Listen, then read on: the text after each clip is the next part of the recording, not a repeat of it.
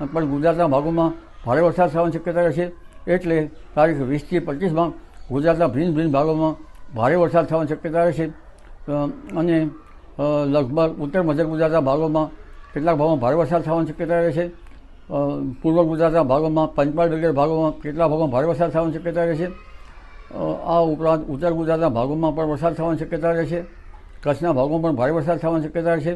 25મી ઓગસ્ટે atmospheric wave 15મી ઓગસ્ટથી મજબૂત થતાં 25મી ઓગસ્ટે પણ બંગાળ ઉપસાગરમાં એક સિસ્ટમ બની રહેશે, જે પણ તારીખ 30મી ઓગસ્ટ સુધીમાં રાજ્યના ભાગોમાં ભારે વરસાદ વરસાવી શકે તેમ છે.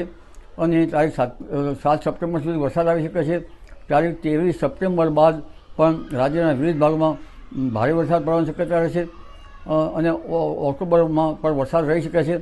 લા નીનોની અસર ઓક્ટોબરમાં બનવાની શક્યતા રહેતા લગભગ